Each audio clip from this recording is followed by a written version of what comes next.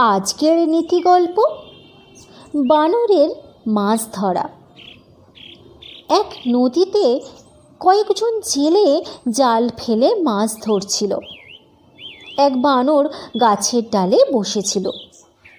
সেখান থেকে সে জেলেদের কায়দা কৌশল এক মনে দেখতে লাগলো। দুপুর নাগাদ মাছ ধরা শেষ হলো। জেলেরা তখন গাছতলায় জালগুলো শুকোতে দিয়ে খানিকটা দূরে গিয়ে বিশ্রাম করতে বসল।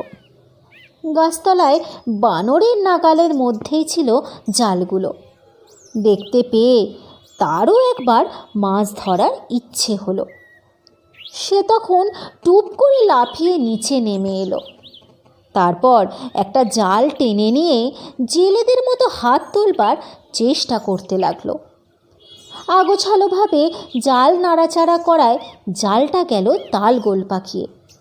আর সেই তালগোলের মধ্যে বানরের হাত পা গেল জড়িয়ে। জালের ঘেরে আটকে পড়ে বানর তো কেবলই ছটপট করতে লাগলো। ছুটে যে পালাবে সে উপায় আর রইল না। এদিকে দূর থেকে বানরের কাণ্ড দেখে জেলেরা চিৎকার করে উঠল।